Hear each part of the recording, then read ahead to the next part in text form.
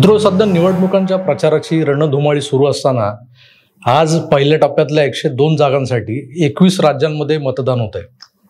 आपल्याकडच्या पूर्व विदर्भातल्या 5 जागांसाठी मतदान होणार आहे.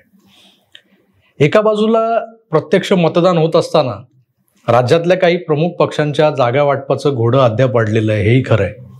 पण या सगळ्यांमध्ये जे हुशार आहेत, सर्वात अनुभवी आहेत आणि महाराष्ट्राच्या राजकारणातले वस्ताद आहेत, असं ज्यांचं वर्णन केलं जातं की तेल लावलेला पैलवान, त्या शरद पवारांनी मात्र आपल्या फुटलेल्या पक्षातून उरलेल्या गटाचं नेतृत्व करताना अतिशय सावध पावलं टाकत जास्त जागा लढवण्याची किंवा जास्त जागा मागण्याची संधी असताना देखील फक्त 10 जागांवर आपले उमेदवार दिलेत. तेही त्यांनी तातडीनं जाहीर करून अगदी पळापळा कोण पुढे पळेतो म्हणत त्यातल्या अनेकांच्या प्रचारांच्या पहिल्या फेऱ्या देखील संपवल्या आहेत. मग पवारांनी आपल्या उमेदवारांच्या मतदारसंघातल्या वजनदार लोकांच्या गाठीभेटी घ्यायला सुरुवात केली. वर्षानुवर्ष पवारांच्याच कुटील राजकारणानं अनेकांच्या राजकीय कारकिर्दीच्या बहरण्याआधीच अंत झाला होता किंवा अनेकांच्या वंशवृक्षाच्या मुळाशी बारामतीकर काकांनी मोरचुदाची पुडी सोडली होती. अशा नेत्यांच्या दारीही पवार पोचले. कारण प्रश्न होता आपल्या लेकीच्या राजकीय कारकिर्दीचा. अनंतराव थोपटे असोत की राहुल कोल, दादा जाधवराव, ते अगदी काल परवा ते ज्यांच्या घरात आगंतुकपणे शिरले नाही का, ते चंद्रराव तावरे, या सगळ्यांनी आपल्या दारात आलेल्या पवारांचं तोंड देखलं स्वागत तर केलं. पण यातला एकही नेता पवारांसाठी मैदानात उतरून मतं मागताना दिसत नाही. यापुढे दिसेल याची शाश्वती नाही आणि हे खुद्द पवारही चांगल्या पद्धतीने जाणून आहेत. त्यामुळे आता सुरू झाली ती पवारांच्या कुटील नीतीची सेकंड इनिंग. यात पवार नेमकं काय काय करू शकतात किंवा काय काय करतायत हे अगदी थोडक्यात समजून घेणार आहोत. तेव्हा कुठेही जाऊ नका आणि पाहत राहा आपलं आवडतं यूट्यूब चॅनल आकार DG9.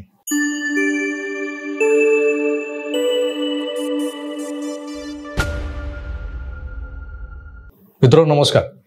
शरद पवार यांच्या जवळपास 60 वर्षांच्या राजकीय कारकिर्दीतली सर्वात कठीण अशी निवडणूक असणार आहे.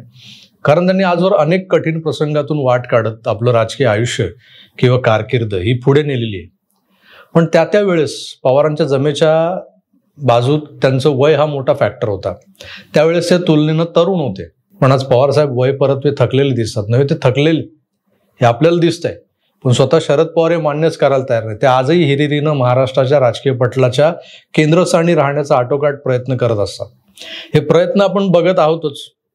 पण कसं आहे, एक सामान्य राजकारणी आपल्या राजकारणातल्या ज्ञान आणि कौशल्याच्या जोरावर पुढे चाललाय तर त्याच्या वयानुसार त्याला मान मिळतो, शिव्या किंवा शाप नाही. तर काही लोक हे वय वाढलंय म्हणून आपल्याला लोकांनी मान मरातब द्यावा अशा अपेक्षित असतात. पण त्यांची कर्म मात्र विपरीत असतात आणि त्यामुळे लोक त्यांना प्रेम, आदर किंवा सन्मान देत नाहीत. काही लोक नाईलाजानं त्यांच्या समोर झुकत असतील, पण 100 80 लोक हे अशा लोकांना शिव्याच देतात. कारण त्यांचं कर्तृत्व तसं असतं. आपल्या करामती काकांचंही अगदी तसंच आहे. त्यांच्या पवार नीतीची सेकंड इनिंग जी आहे ना, ज्याबद्दल मी बोललो, त्यात त्यांनी इतिहास, सामाजिक आणि नैतिक मूल्य यावर अधिक भर दिलेला दिसतोय. मागच्या आठवड्यात त्यांनी बारामतीतल्या महायुतीच्या उमेदवार सुनेत्रा अजित पवार यांच्याबद्दल केलेलं विधान आपण सगळ्यांनी ऐकलंय. त्या प्रसंगी ऐकणाऱ्याला आपण कौरवांच्या सभेत बसलोय की काय असं वाटावं, एवढी वाईट रिॲक्शन तिथल्या त्यांच्या बगलबच्च्यांनी दिलेली आपण पाहिली. ते मागे बसलेले विकट हास्य करणारे. मी त्यावर एक व्हिडिओही केलेला आहे. 40 वर्षाच्या सुनेनं यांच्या घराण्याचं नाव लावून संसार केला, ती बाहेरची आहे असं म्हणत शरद पवारांच्या अंतर्मनात किती काळोख दडलेला आहे हे उघड करणारा तो प्रसंग होता. पवार सहज बोलून गेले असं आता त्यांचे लाडके लेक सुप्रिया सुळे सांगत फिरतंय.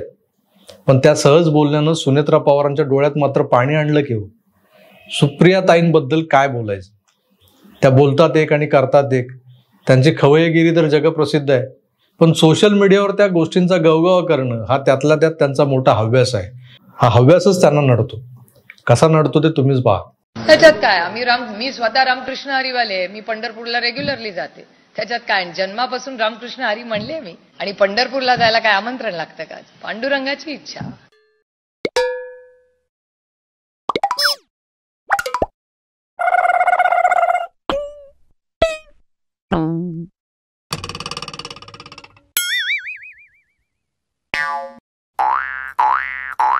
पाहिलं मित्रांनो, दाखवायला अशा असंख्य व्हिडिओ क्लिप्स आहेत सोशल मीडियावर पडलेल्या, पण सुप्रियाताईंच्या दुटप्पीपणाला एक वेळ माफ करता येईल, कारण पापी पेट का सवाल आहे, हो खायला लागतं म्हणून हे खातात. पण पवारांचं काय? पवारांचं काय? यांचंच एक पिल्लू सुषमा अक्का अंधारे, जे त्यांनी प्रबोधनकारांची, बाळासाहेबांची शिवसेना पोखरायला सोडलं होतं शिवसेनेत, ते पिल्लू काल पुण्यात काय काय बरळत होतं. आता ही अक्कांची स्क्रिप्ट बारामतीवरून झाली होती, कारण मागे बारामतीचे करामती काका बसले होते इन्स्पेक्शनला. डायलॉग डिलिव्हरी राईट टाइम होते का नाही, पंच वाचतायत का नाही, हे सगळं काका बारकाईनं बघत होते. अक्कांच्या परिवाराचा पत्ता नाही खरं तर, पण अक्का मात्र नेहमी मोदींच्या परिवारावर घसरलेलं दिसतात. कालही जशोदा काकी को इंसाफ कौन दिलायगा वगैरे वडाचं तेल वांग्यावर काढत होत्या. पण यांचे डायरेक्टर तर कमालच आहेत, यांच्या पुढेही 4 पावलं. त्यांनी एक नवा मुद्दा शोधून काढलाय. झालं असं की पत्रकारांनी पवार साहेबांना प्रश्न विचारला की राम मंदिराचा जो मुद्दा आहे या निवडणुकांमध्ये कितपत चालेल, तसं कळीचा मुद्दा ठरेल वगैरे असं बोललं जात होतं. भाजपाला राम मंदिराच्या निर्माणाचा फायदाच होईल असं वाटत होतं, पण तसं वातावरण दिसत का नाहीये हे पत्रकाराने विचारलं. तर पवार साहेब जे बोलले ते साधं सरळ असं नव्हतंच, कारण ते सरळ बोलतच नाहीत ना. आधी ऐकूया ते काय बोललेत, मग पुढे त्यांच्याच प्रश्नाचं उत्तर मी सविस्तर देणार आहे. राम मंदिराचा मुद्दा महत्वाचा ठरेल असं वाटतंय ते होऊन निवडणुकीत. गेलं. आता लोक ते चर्चाही करत नाही, अजिबात चर्चा करत नाही. फक्त एका मीटिंगमध्ये माझ्याबरोबर हा विषय निघाला आणि तो महिलांनी काढला, आणि महिलांनी अशी तक्रार केली की तुम्ही रामाचं सगळं करताय, सीतेची मूर्ती का नाही बसवत.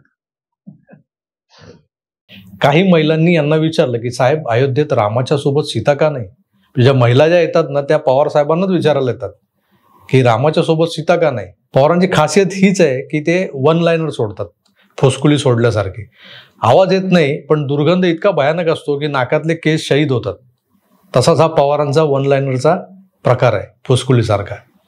विद्वान पवार साहेबांना हे सगळं माहीत आहे.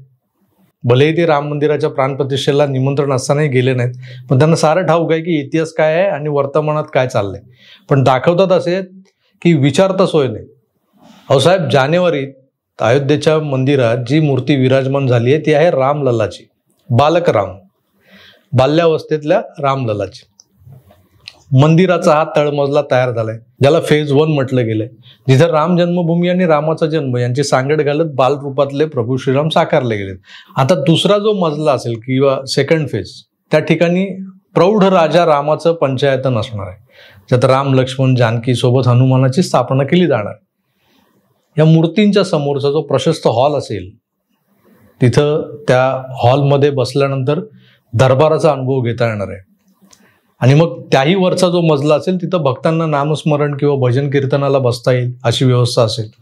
आणि समोरच्या भव्य स्क्रीन्सवर आलटून पालटून रामलला आणि सीतामाईंसह राजाराम जे पहिल्या मजल्यावरचे ते दिसतील, ते दर्शन होईल. राजा राम दिसतील, रामलला नाही म्हटलं मी, कारण प्रौढ रूपातला राजाराम. हे जे सामान्य ज्ञान आहे ते मलाच माहिती आहे असं नाही बरं का. मी स्वतः अयोध्येला गेलो होतो मंदिराच्या उद्घाटनाच्या आधी, आणि तिथल्या ट्रस्टच्या पदाधिकाऱ्यांनी जशी देशातल्या इतर मीडियाला दिली तशीच माहिती मलाही दिली होती.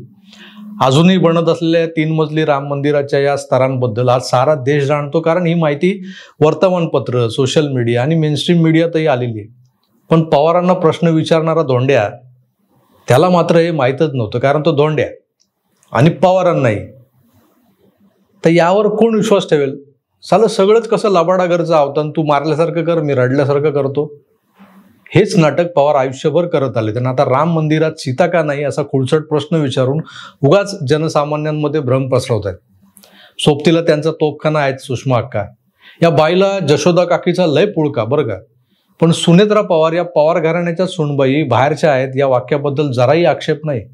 बाई बाईत भेदाभेद करून हे राजकारण करणार आणि आरोप मोदींवर, भाजपावर, की महिलेला हे राजकारणाचं टूल म्हणून वापरतात. अक्का, अहो जरा विचार करा पक्का, तुमच्या आधारवाडांनी आणखी वेगळं काय केलंय? रामाच्या विरोधात सीतामाईला आणून उभं केलं की? जरा आपल्या बुडाखालचाही बघत जा अंधार. तर मित्रो, पवारांची सेकंड इनिंग ही अशी जोरात सुरू आहे. आपणही जरा सांभाळून राहायला पाहिजे. यांच्या 2020 फटकेबाजीत एखादा चेंडू टीव्हीची स्क्रीन फोडून आपल्याही अंगावर यायचा. काय नेम नाही राव, पवार आहेत ते. कौरवांच्या सेनापतींचा हा नवा विलाप आहे, जो ऐतिहासिक आहे. रामाशेजारी सीता का नाही. तेव्हा या भूलतापांना बळी पडू नका. सुज्ञपणे विचार करा आणि मगच मतदान करा.